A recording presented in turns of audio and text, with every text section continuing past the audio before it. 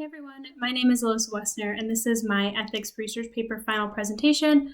To first give you an outline of how I'll be presenting my findings, we'll first look at my thesis and argument. We'll then look at analysis of an ethical perspective from the point of utilitarianism. I will then review any possible objections that I came across in my research, and then we'll look at a Hong Kong case study. So the general topic that I chose was sex work. And I chose to first narrow it down to Asian markets, which then I found the Hong Kong case study. So that's going to be the main focus of my research. The title of my essay is An Analysis of the Pressing Concerns to Legalize Sex Work from a Utilitarian Perspective. And the thesis that I chose was the practice of illegal prostitution in Asian markets should be legalized to protect sex workers and to allow for economic and safety regulations to be implemented. So first I'll define utilitarianism. It's an ethical perspective that relies on maximizing utility. So in other words, its main goal is to maximize happiness for the most amount of people. You want to minimize suffering in any way possible. And in the topic of sex work, legalizing and regulating sex work could possibly provide more happiness for those involved than would be to leave it how it is. And one of the benefits provided that this utilitarian argument would support is that you would have safety provided by the government, and you could also get benefits of a legal job, whereas currently that's not possible. Now, focusing on the Southeast Asia market in general, GDP is a big part of illegal sex work. Now, obviously, it's hard to get hard data on this, but looking at Malaysia, Thailand, Indonesia, and the Philippines, it's estimated that around 2 to 14% of their combined GDP is illegal sex work. This is telling because it says that a lot of people are participating in this market, though it's not legal nor is it safe as it currently stands. So now we look at a public health argument for utilitarianism that shows that it's more beneficial to legalize it than to leave it how it is. We've established first with the GDP that it is a significant market that exists, and because of the amount of money that it contributes to the GDP, it's clear that this business will not, go away on its own. It's always going to be here. So now we have to look at how we can make it safer and maximize utility for the most amount of people. So the World Health Organization estimates that about 150 million curable STIs and STDs are transmitted every year. Now, there's no denying that there must be a big part of this that is a part of the illegal sex market. So looking at a public health standpoint, we can help to eradicate these curable diseases through providing more regulation through the government and through other means like a public health organization, whereas right now you can't because it's illegal. Along with curable STIs and STDs, we have to consider uncurable diseases such as HIV and AIDS. Now, the WHO also estimates that there's a large percentage of these uncurable diseases being transmitted through illegal sex work. And the public health argument, through a utility-based argument, comes in here because the government can provide free condoms, regular testing, protective gear, stuff to help stop the spread of these diseases that it's not allowed now because of it being illegal. And, to maximize utility, maximize happiness, we legalize this, protect the people who are carrying out the actions and the people who are involved in it from these curable and uncurable diseases, which then benefits the public as a whole because though people may not be involved in the illegal market, they could be exposed to these diseases that originated from it, just from, cross-contamination and stuff like that. But this is where the utility argument would say we would have more benefits from legalizing it than leaving it as it is. Another utility-based argument that I find similar to social contract theory is the idea that currently sex workers have no means of recourse or legal action if there are violent acts carried against them or they're forced into something that they do not consent to. So that's another harm that's being inflicted. If we were to legalize it, people would have access to bodyguards, police forces, anything that a normal job would have, they would be able to carry out now if they were the victim of a crime. So this is clearly a benefit rather than any negative action, because now the sex workers have a positive option in case they need to take legal action against somebody who's committed a crime against them. Leaving the system how it is, these sex workers are exposed to crimes, they're exposed to the mental and physical damage that can occur from, having acts that they did not consent to carried out against them. But, using a utility argument, maximizing happiness, if we were to legalize this, they would not have those negative impacts because they have legal recourse, they have access to medical, care if they need it, whereas they might stray away because they don't want to be arrested themselves.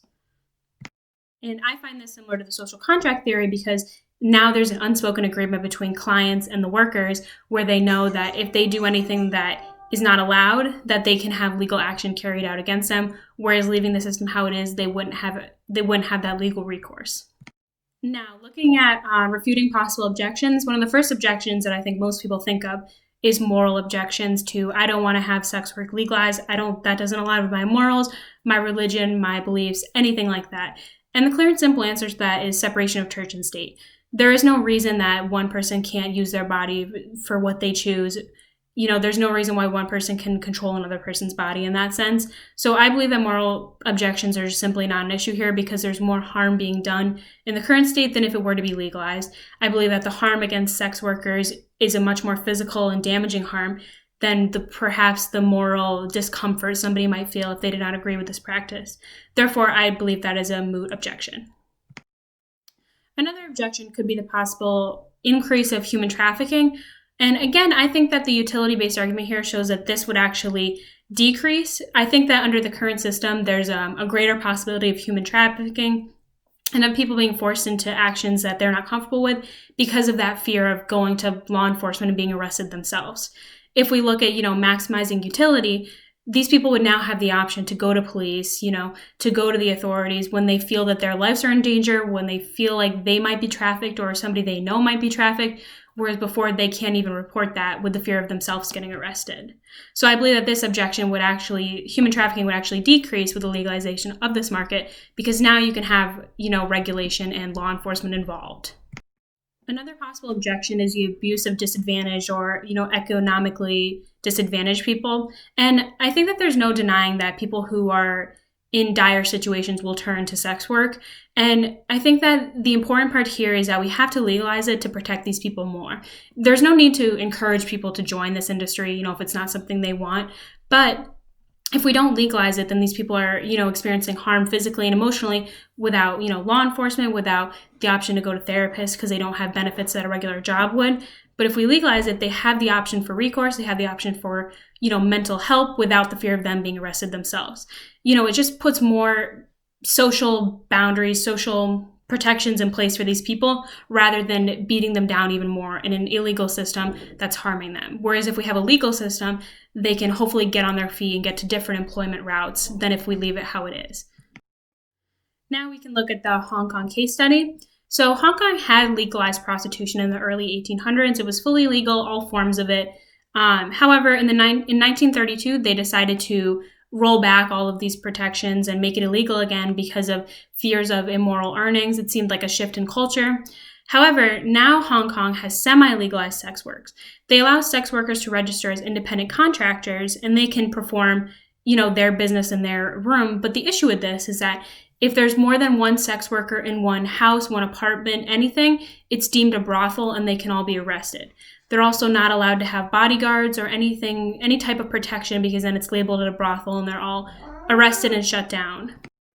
Now, the issue with this is a physical and an emotional detriment to the sex worker. Emotionally, they're on their own. They're not allowed to work with anybody in the same industry as them, have contact with people like that with the fear of themselves being arrested. So it's a very isolating job. And again, they're not allowed bodyguards, so therefore they don't have any protection if anybody wanted to cause physical harm to them that they did not consent to. So that's the issue with Hong Kong, is where it shows that semi-legalization does not fix the issues that are brought up in the objections. You have to legalize it to the point where people are allowed to protect themselves, they can go to law enforcement, they can get what they need. Whereas if you leave it semi-legalized, it prevents them from really, getting the full benefits of a legalized job. So to conclude, all of the issues that people bring up with legalizing sex work are already currently happening at a very high rate. If we legalize sex work, we can help to minimize these because now we can step in, have a government body step in and make sure it's safer for people. If we leave it how it is, people are harmed emotionally, physically, financially. But if we legalize it, we can take steps to make sure these people have access to mental health care, they have any protection that they need, and also to help the public as a whole to help spread curable and uncurable diseases. And again, Hong Kong is an example of why we can't semi-legalize it. We need to take the full step to legalize it, to step in and help these people. In any way we can. Any utility argument would support this because we always want to maximize happiness, maximize utility, and minimize harm. Thank you for listening. I hope you enjoyed my arguments, and I'd love to hear back on what you guys thought about this.